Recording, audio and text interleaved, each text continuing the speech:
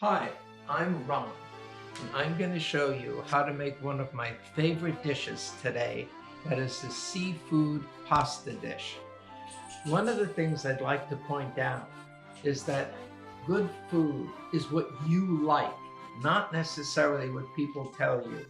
The right cutlery to use is whatever you like. I've often heard from people the only way to eat a steak, oh, you have to cook it this way. Good food is what you like to eat. And what I'm going to show you today is one of the simplest ways of making an absolutely delicious dish that I make for special people. So I'm going to do it in 4 stages. I'm going to start by sauteing the vegetables for the sauce. The second will be making the actual sauce with wine, chicken stock, and tomato sauce. Then I'll put the seafood on it, and then we'll make the spaghetti and serve it. So welcome to my kitchen, my pride and joy. When I bought this house, that was one of the most important things. I grew up in a one-ass kitchen in New York City in an apartment on the 7th floor, and I've never figured out how my mother and my aunts could make such sumptuous meals in such a small place. So let's get started. Here I have my electric stove, which I do not particularly care for, and there is my gas stove that I normally use. The reason I'm using this stove is because you can see me doing things and not just my backside. So let's get started. I simply want to use a pan, semi-deep pan with a lid. I could use one of my Le Creuset things, but that would simply be impressive as a pot. The fact is, most of us have ordinary cookware. So let's get started. I'm going to make a sauce which starts, and this is a Mediterranean dish. Mediterranean basically is olive oil, and then you put garlic and other things in, slow saute it, and later add whatever sauce and spices you want. So let's start with, as we say in Italy, a little bit of oil. You know, like Mama Gina says, what you really do is just cover the bottom of the pan. Now, one thing about olive oil, they always tell you to use extra virgin oil, which is a good idea. But it has to be stored in a dark bottle in a cool place. Light destroys olive oil.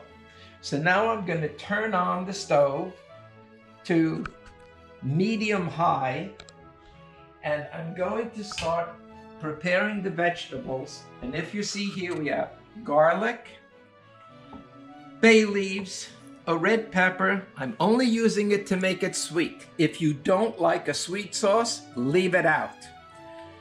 An onion, a carrot, celery, parsley, and slivered almonds. Slivered almonds is one of the most important things to put in your food, and most Westerners are unaware of it. In Middle East cooking, they put almonds, walnuts, pistachios in food, and that's a wonderful thing to do. So the first thing we're going to do is prepare the onion.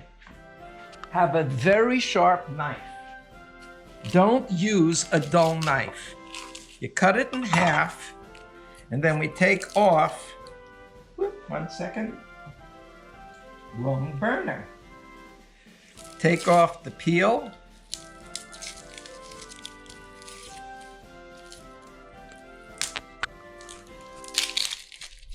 Now, cutting an onion is something that most people don't do correctly, and they risk cutting their hands. Make sure you have a sharp blade that's curved. This is from Thailand. It cost me $1.20. This is my single favorite knife. I don't need a $150 blade from France. So let's make sure we have all the peel off the onion. Okay, now make sure the bottom is still connected. Don't cut that off. And now with the blade, slide the blade like this. Do not do the American thing of You'll ruin your knife. And it also makes it difficult, as you see, to keep the onion together. So knives ought to be used to slice, not hack. Then you hold it like this and you go, again, use the blade.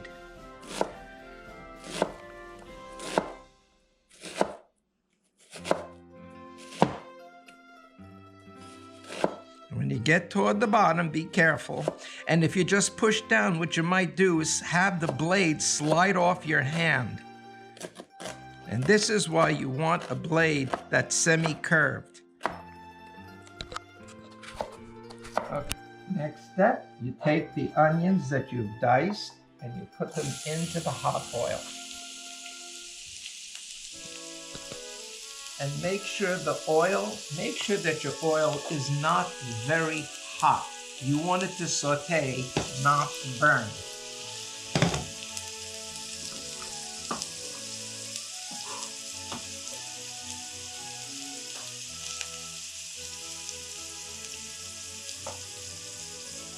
Along with this,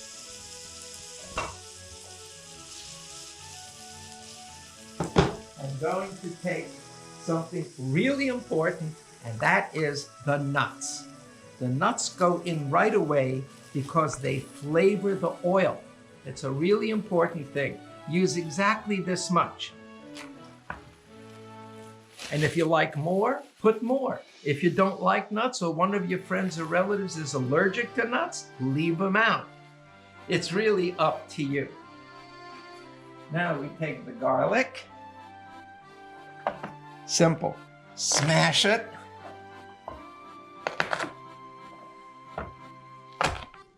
Like that.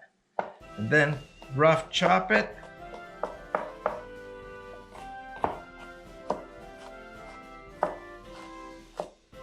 You can either leave them in larger pieces, smaller ones, it's all up to you, because this is going to cook for quite a while and you won't even notice that they're there. The garlic is not going to make this dish garlicky. That's something you need to know. The garlic, like the onions, are going to cook down and they're going to add a sweetness. That's what they're for. They offer sweetness. Now, where's my spoon? Here it is. And this is the fun part. This is where, when I was 6 and 7, I was finally allowed to stir the pot. And I'm very lucky that there were no girls in our family, so my family depended on me to do the cooking part that traditionally the girls did. And that's what started me on my career of loving food. Now notice there's quite a bit of oil. Don't worry about it. And it's not that the oil will cook out. At the very end, let the pasta sauce sit. The oil will rise to the top. You tilt the pan, and then you take it off. And you don't throw that oil out, you keep it. Because that oil is very flavorful, and you can cook with it again, or you can put it on salad. And now I just take some parsley, exactly this amount, or more or less, depending on what you like. And remember, good food is what you like. Don't let anyone tell you that the only way to eat steak is rare. I can't stomach raw food, that is raw meat. Okay, you put this in here, give this a stir. Now remember, you want to slow saute this. If you cook it very quickly, the onion and the garlic will burn and be bitter and not very good. So you want it on a slow simmer. That's the trouble with an electric oven, and I normally use my gas oven, because that you can turn up and down rather than sliding it on and off. Now, I happen to like a sweet sauce. I learned this in Italy from a really close friend, Mariella. And that was, what surprised me was she used celery, carrot, and a red sweet pepper. Again, slice, don't just push down. And you go like this till you think you have enough. Enough is what you want. That's not enough.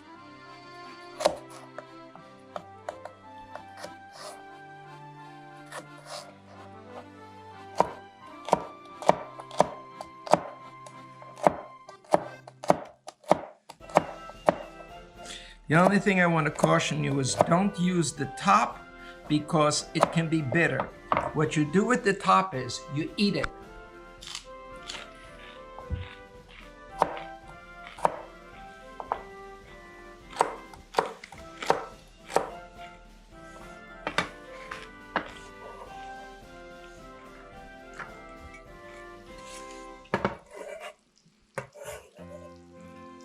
So you put about half a stalk of celery.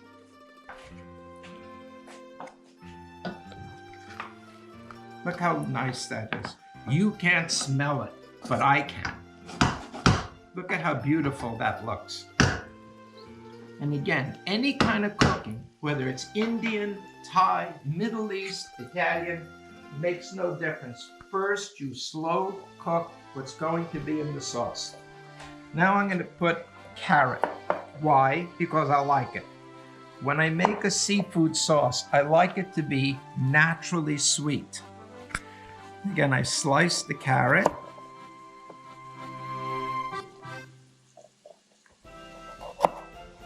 And then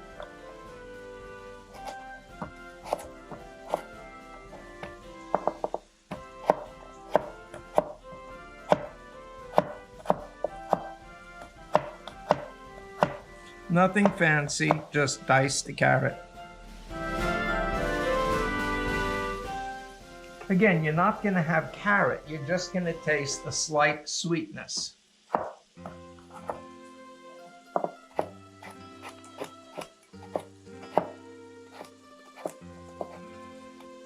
The first time I do the dice, I do it slowly to show you what you want, but then you can do it faster as you get used to it. Like hold it and you let the knife do the cooking. The cutting. Being very careful not to put your fingers under it. A little more.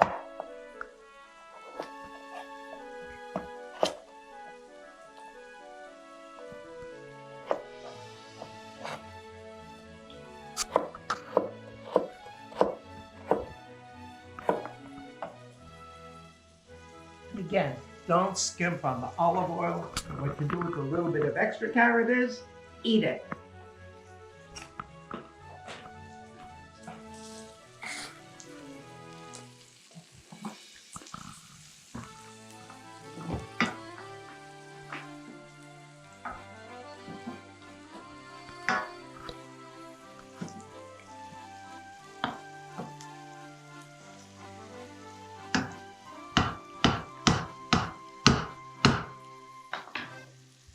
Then I like it, and I learned this in Morocco.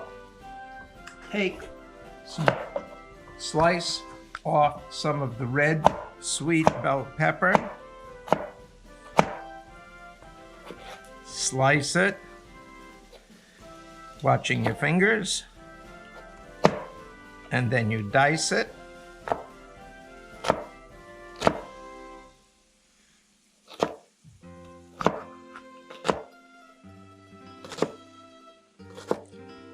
Now, as you watch cooking shows on TV, they have a glass of wine and they drink the wine while they do it. I don't drink wine, but I like to eat. So what I do is, any little thing that gets left over goes into the mouth.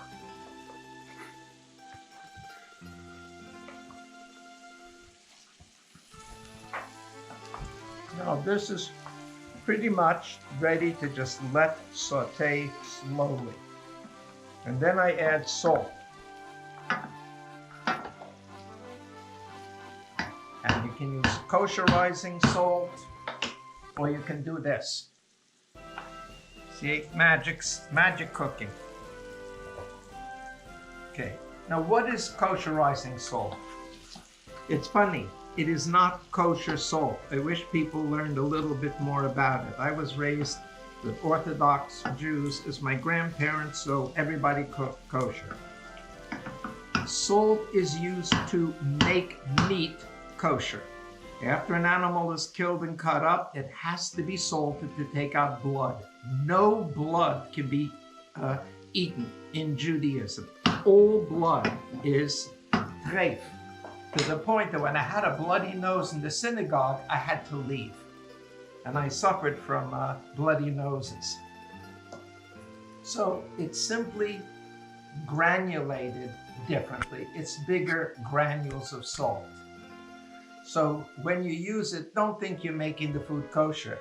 This is going to be with shrimp and clams. You can't get less kosher than that unless I added ham or bacon. This is not kosher. But again, kosherizing salt has been shortened to kosher salt. With that, we will take a rest, and this will slowly cook. In fact, I'm going to turn it down a little. You want this to really slowly saute and not dry out. Okay, let me make it a little lower, and now we'll just leave it for a while. Now's when you can sit down, watch a little TV, eat a little something, have a cup of tea, talk with your guests. In fact, it's fun to cook while your guests are there. And I forgot, the only thing else I put in here is I break 2 bay leaves in half. The bay leaves will add a wonderful flavor. And bay leaves are really used a lot in Mediterranean cooking.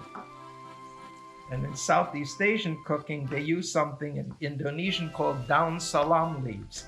Leaves play a great role in world cooking. And not so much in Northern European, because with the crappy weather they have in Northern Europe, they couldn't grow them. They could only grow parsley.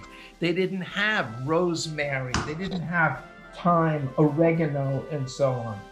So now I'm going to let this saute and enjoy myself a little bit, and we'll come back to it in about 15 minutes. I'll pop in and stir it periodically, but you'll be bored watching that. Now the 10 minutes are up. I'm going to take my spoon and do this. Notice how it's almost soft and ready. It smells terrific, and I'm only going to let this cook down because, it depends on the amount of heat you use. And I'm only making enough for 3 people this time. This would be for 3, 4, or 5 people. If you have more, you might want to add more. But for now, let's leave it like this to cook for another few minutes. The next thing I'm going to do, because now I'm going to be using wet ingredients, is put on an apron. I'm wearing my favorite purple shirt because I'm always associated with a purple shirt. So this is the Rani shirt. Now, here is the simple thing. You put on an apron so you don't get splashed. I have to tie it in the back. Unfortunately, unlike a number of years ago when I could bring it around to the front and tie it, as with some of you, it now only works when it's tied in the back. So anyway, now let's go and make the sauce. This dish that I'm making is actually from the northern part of the Mediterranean. Could be Spain, Portugal, France, Italy, Greece, Yugoslavia, meaning you put wine in. If it were for North Africa, you don't, because Muslims don't drink wine. At any rate, use any wine you like. I like sweeter food. In particular, this dish I like a bit sweet. So this is a semi-sweet wine. I'm using my favorite glass measure. You put about this much. I'd say it's about, 2/3 of a cup. If you want 3/4, if you want a whole cup, the thing is you're going to cook it down however winey you want. I prefer it more tomatoey, but do as you like. Now, if you look here, it's ready. See, nothing is burned, and it's been sauteed for about 20 minutes. Now, you take the wine and you just put it in, and then you stir it, and you cook it until you don't smell the alcohol anymore. As I said, when I do Middle Eastern Arab cooking or Turkish cooking, I don't add wine. It's only a matter of culture. And again, food should be what you like it to be. If you want to use a dry wine, a white wine, a red wine, purple wine, a green wine, it's up to you. Food is just what you like it to be. So I'm going to turn the heat up a little. As I say, if I were using my gas stove, I go turn, and then it goes up. When you're using electric, you got to look at the darn thing. So now we cook it. It'll take about 5 minutes for the wine to cook down. This is also a way of deglazing the bottom of a pan. Now this doesn't have anything to deglaze. If you had used meat in it, the meat would be browned, and then you use the wine to do this. And if you really want to have fun deglazing, you brown the meat, and then you use the onions and the garlic to scrub the bottom. You don't just use a spoon. Use the onion and the garlic. But this has no meat, so it's no problem. And now I'm going to let it just sit. I want it to, this will soften the vegetables. Okay, and now we can take a rest. Ragnar. This is Nikolai's pooch, Ragnar. He is a sweet, lovable guy, and he loves to be around the kitchen while I'm cooking. And of course, they were both attracted by the smell. Lada, baby. Lada, who is a little shy of the camera. Lada is half chocolate lab, half Australian Shepherd, and she also likes to bother me when I'm cooking. So we had to let them come into the kitchen, but let me tell you, there are delights. Okay, take a look at the color of the food now. Tell me that doesn't look delicious. And what I do is I go like this just because I like to taste it. It's sweet and tangy. And the nuts add a great deal. Now I'm going to add chicken stock. I'm adding a cup. When I learned this dish in Italy, they put in a bouillon cube, just chicken bouillon. And don't use canned chicken stock because it just has no flavor. If you use canned chicken stock, you need to add bouillon on top of it. I'm using my chicken soup. I made some and it's left over, so I don't have to add. And there's another thing. You don't want to add much salt. And the reason is that the shrimp and the clams will add salt themselves. So I cooked down the wine, and now I added the chicken stock, and I cook it down. It looks like I'm taking a long time to make it, and I am, but I want to point something out to all of you. Notice how many pans I'm using. I can't stand dishes where you fry this and boil that and have to use 4 to 6 pans, like French food, where for 2 tablespoons of a sauce you have to cook it for an hour and a half. No, that's for restaurants. When you're home, 1 pan cooking, all I'm doing is adding things over time. Watch your favorite movie and put it on hold every time you come in to stir it. And that's all. All you're doing with this is slowly adding things and stirring. Now this is going to cook down. And later I will add the tomato sauce. Those are the 3 liquids: wine, stock, and tomato sauce. I'd like to make a comment about the tomato sauce that I use. What I do is I take ripe tomatoes, usually that I grow, but if not, go to a farmer's market. Don't use the crap styrofoam orange tomatoes that pretend to be tomatoes. You can't make sauce from it. What I do is something I learned from an Italian lady. Here's my freezer. Here are tomatoes from last year. You just put them in a bag, and don't wash them because it's a bad thing. Just put them in plastic bags that are 1 gallon because it's the right size, and freeze them. The next thing you do is you put them in the sink with warm water, soften the edge, and just go zip, and the peels come off, put them in a big pot and cook them down. And then you just add salt, nothing other than salt. Cook it down to the right consistency, and that's it. If you don't have that, and if you can't make it, I understand. With a one-ass kitchen in apartments, you can't, and you don't have a freezer. So what you do instead of that is you go in your pantry and have different types of canned tomato. Diced, whole peeled, smashed, sauced. But the single most important thing to do is get good tomato sauce that has nothing other than salt and a preservative. Do not get it if it has spices in it. It will ruin the flavor. You know what? If you want garlic and basil, put it in when you cook. These are very good types, and they're not expensive.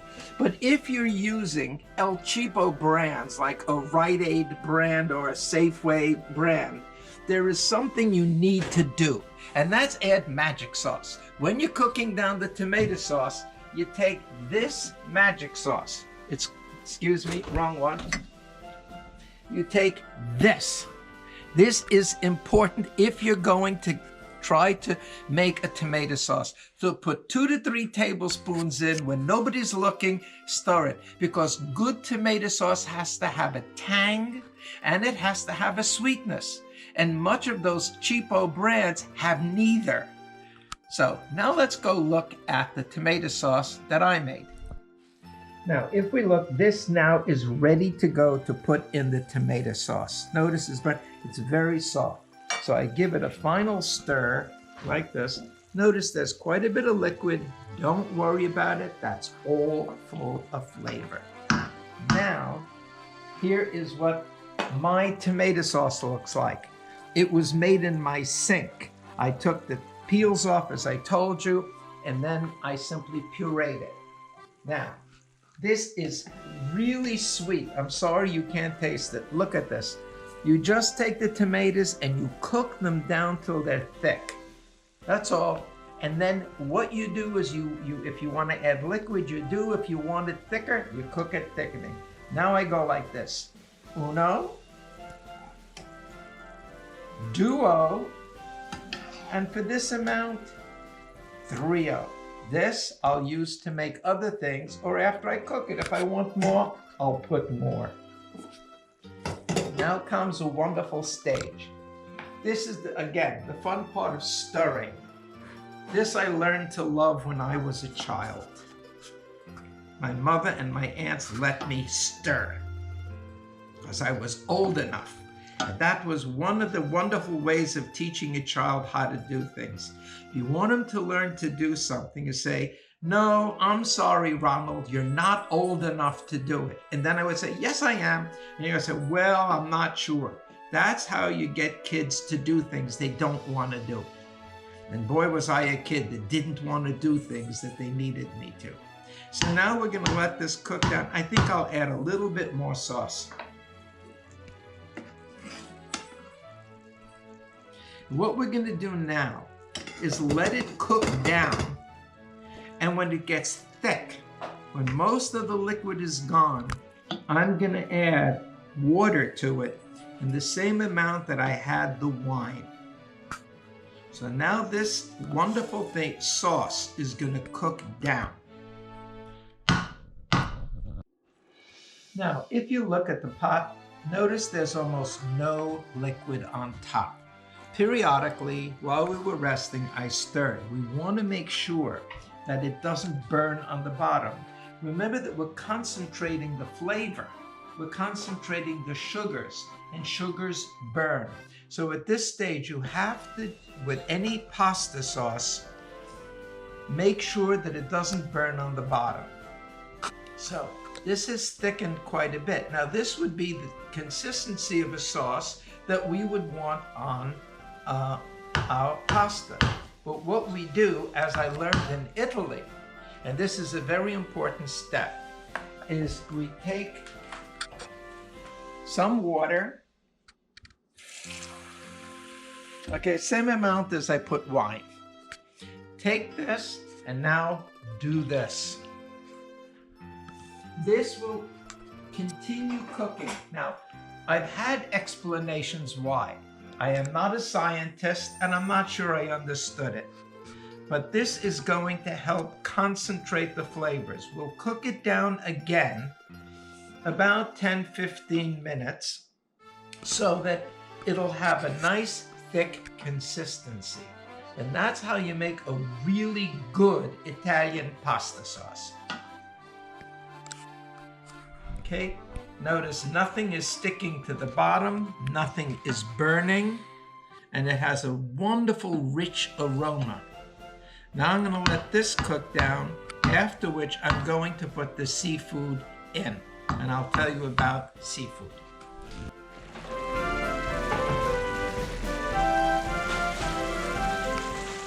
Remember I said that we were making a seafood pasta. Now, Melissa and Nikolai, my two partners who live with me in the house, do not like mussels. Now, if you'd like mussels in it, you could put mussels, you could put crab, you can put any seafood you want. I happen to like, and we're just celebrating today, we're going to just have what Melissa and Nikolai like, which is shrimp and clams. What I plan with pasta is 4 shrimp and 5 clams per person. And that's what I would normally use if, no matter how many people you have. You can always add more. If you want to just have this with nothing else with dinner, add. It's what you want. This is what I do with this amount of food. So I will soon put the shrimp and the clams in, and I will put up the linguine. We're going to make the seafood pasta and start with the pasta. You bring the water to a boil, which everybody knows, and then you put in kosher salt. When I was a kid, this was a yellow box with red written on one side in Yiddish, kosher Salz, and on the other side, kosher salt. Now, almost anybody can use kosher salt, and as I said, it just means for kosherizing. So you take about this much salt, put it in the water because you want to salt the pasta. Now, what we're going to do is take the pasta, which I put somewhere. Ah, there you are. Thank you, Nikolai. I put it on the side. And put in enough for, in this case, 3 people. I am using linguine, and that's because I like linguine. When you go to Italy, they are so particular about which pasta shape goes with which sauce. Luckily, I will not be beheaded for using linguine in this dish, but I had all the lectures on how big, how much pasta, etc. But one thing you need to know, there is a term, pasta asciutta. That means dry pasta. Most Italians do not like, except for certain dishes, fresh pasta. Some Americans think that that's better. It isn't. And notice that you just put the linguine in and it'll settle. I'm going to just make sure they don't stick together. That's a very important step. You don't want them to stick together or to the bottom of the dish. Okay, now what you do is you turn it to simmer, which of course on an electric stove means you gotta wait for the damn thing to stop boiling. Now, I'm going to take my, where'd I put it? My scoop. I just had it, oh, here it is. And put some of the pasta in here. Notice how thick it is. This, I will, after pouring out the pasta and into the sink, I will then put this to keep warm in the oven. So now we have this going here. This will be done in approximately 10 minutes. So it is now 5 after 5. So at 5:15 that should be done. Now I'm going to wait a few minutes to put in the shellfish. because the shellfish will only take a few minutes to cook, and you do not want to overcook them. What I recommend is you do one first. The one that takes the longest to cook, you put in. I'm going to take this bowl with the pasta sauce and put it in the oven to keep it warm, not hot, because you want to have the stuff later. When you put the pasta in, you mix it so it doesn't stick together. And then you start making the seafood. So this should only be in there for a few minutes. It's now time to test the pasta. I cooked it for the proper amount to be al dente. So let's test it. Woo! Okay, it's hot.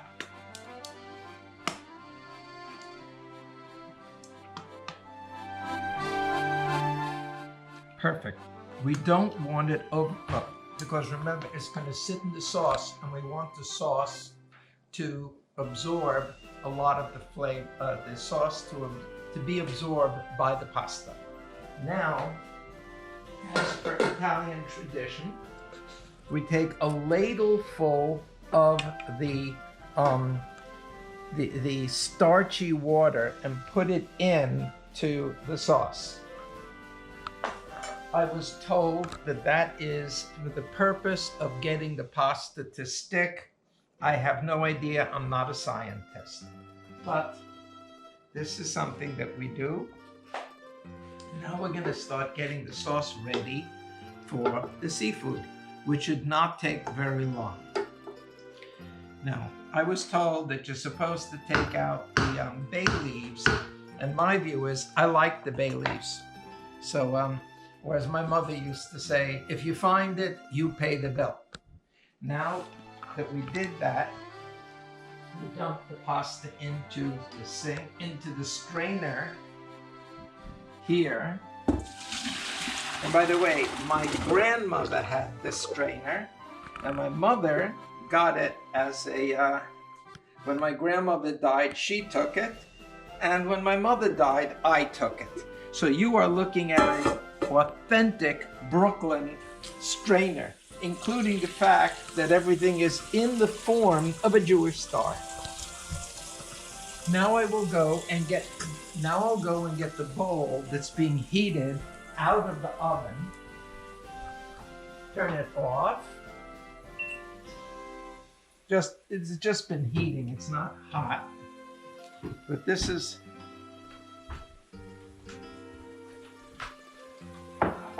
and one thing, do not rinse the pasta. This I learned. You never rinse. I went to do it and I almost had my head handed to me by an Italian guest who taught me how to cook Italian food. Now, I take the pasta and put it in here.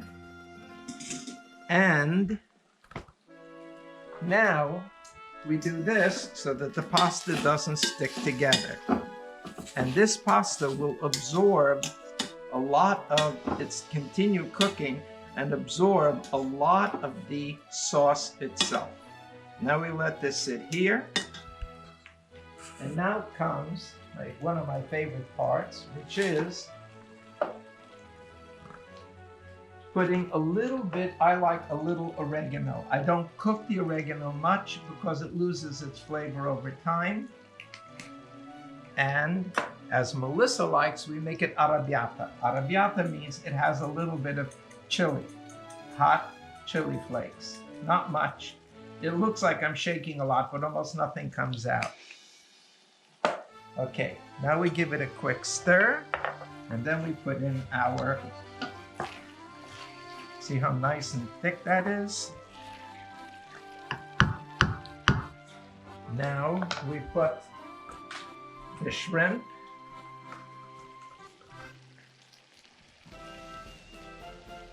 And I'm going to turn the heat down. This is cooking too fast.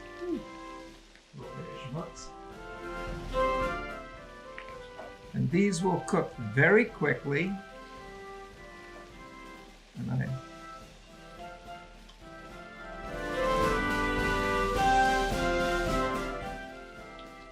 the lovely smell. And what I do is I said, I make 4 shrimp per person. And now I take 3 bowls because there are 3 of us.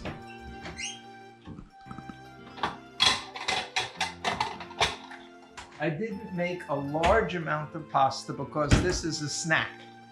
You can make more pasta per person if you like.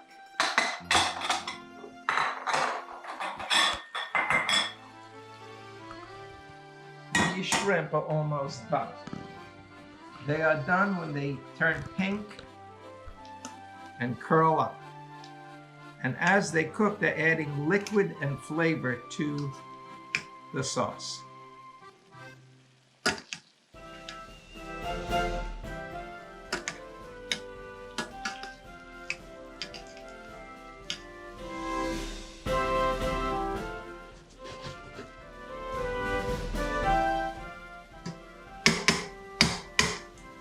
Cover it quickly so it doesn't dry out.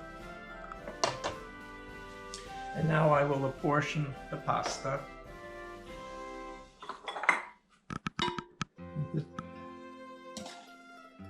This is the hard part. Uno. Duo.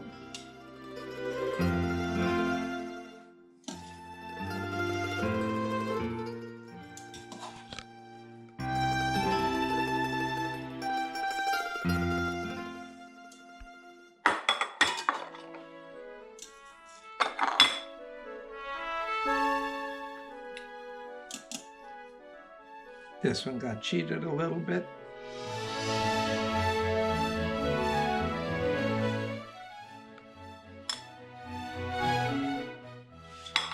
Okay, then you just take this. Just be careful because remember, it's hot. This bowl is hot. And we just put it, doesn't matter where, just don't want to throw it away because we're going to put a lot more on it.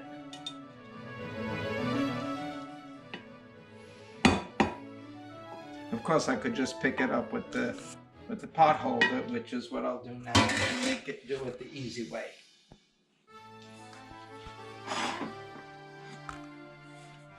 This is what I should have done in the beginning.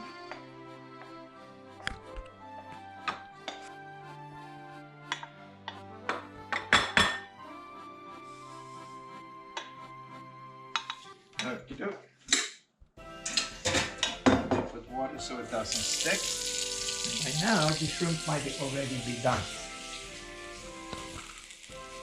There you go. Look how lovely.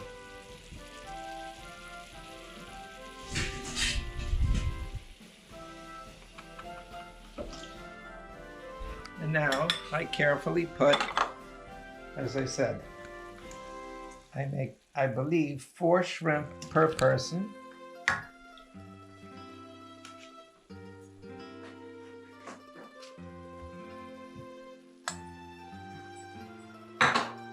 Have to be fair.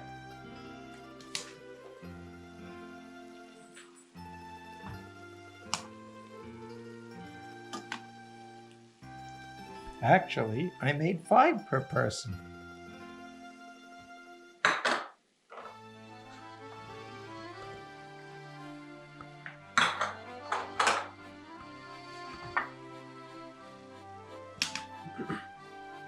Oh well, it was an odd number.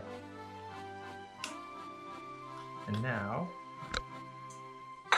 we take the clams, we put them in.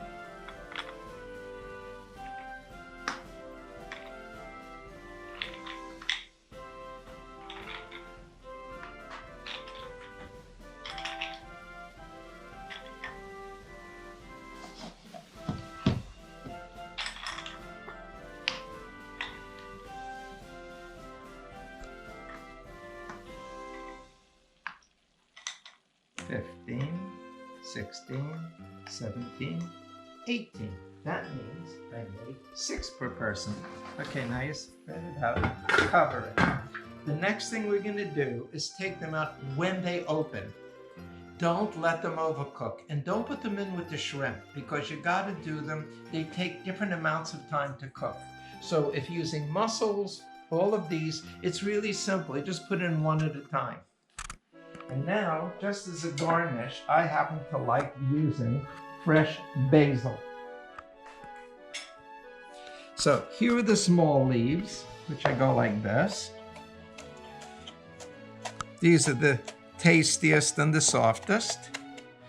Then you can take these if you want, like this. Roll it up. Make two, cut off the stems.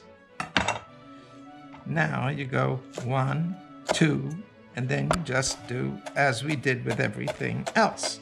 And this will be the garnish at the end, and it'll be finished.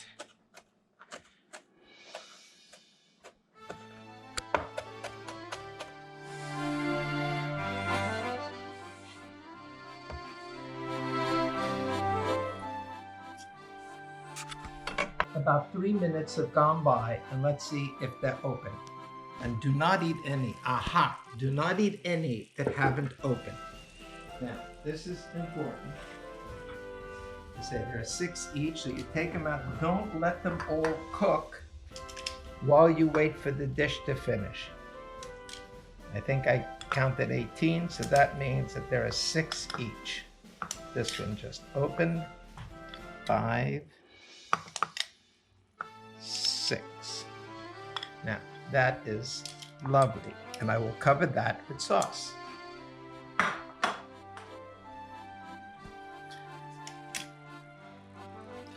1, 2, 3. I guess we'll just have to cover it and wait for the others to open. Here's what it looks like before they're open.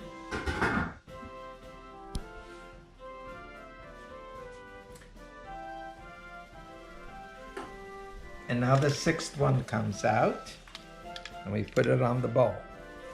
Now, I could have simply done everything in the big bowl, which is if you want to impress people, but this is my family. I'm not out to impress. I want them to enjoy it.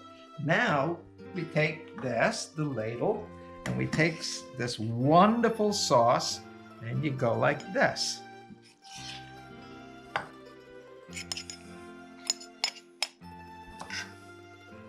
1, 2,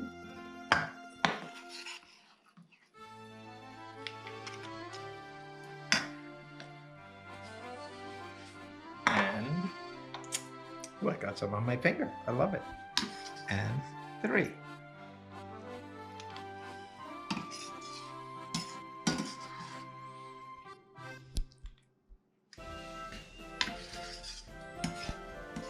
I'll put a little bit more on each just to clean up the pot.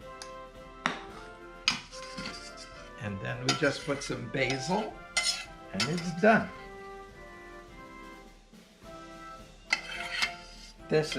I love it, and this is one of Nikolai's favorite dishes. Don't put it back down on the burner.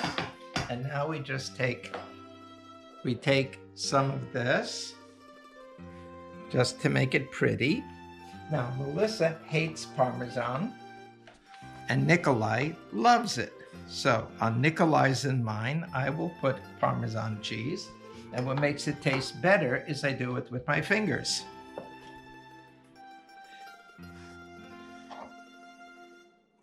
So here is for Nikolai and me. Now tell me that doesn't look wonderful. And if I get it anywhere near Melissa's, she won't eat it. She hates the smell of it. Okay? Guten Appetit, as we say in Yiddish. So this is my Mediterranean seafood pasta with only clams and shrimp, and you can put any seafood you like. I love it. Thank you for watching, and I enjoyed cooking for you.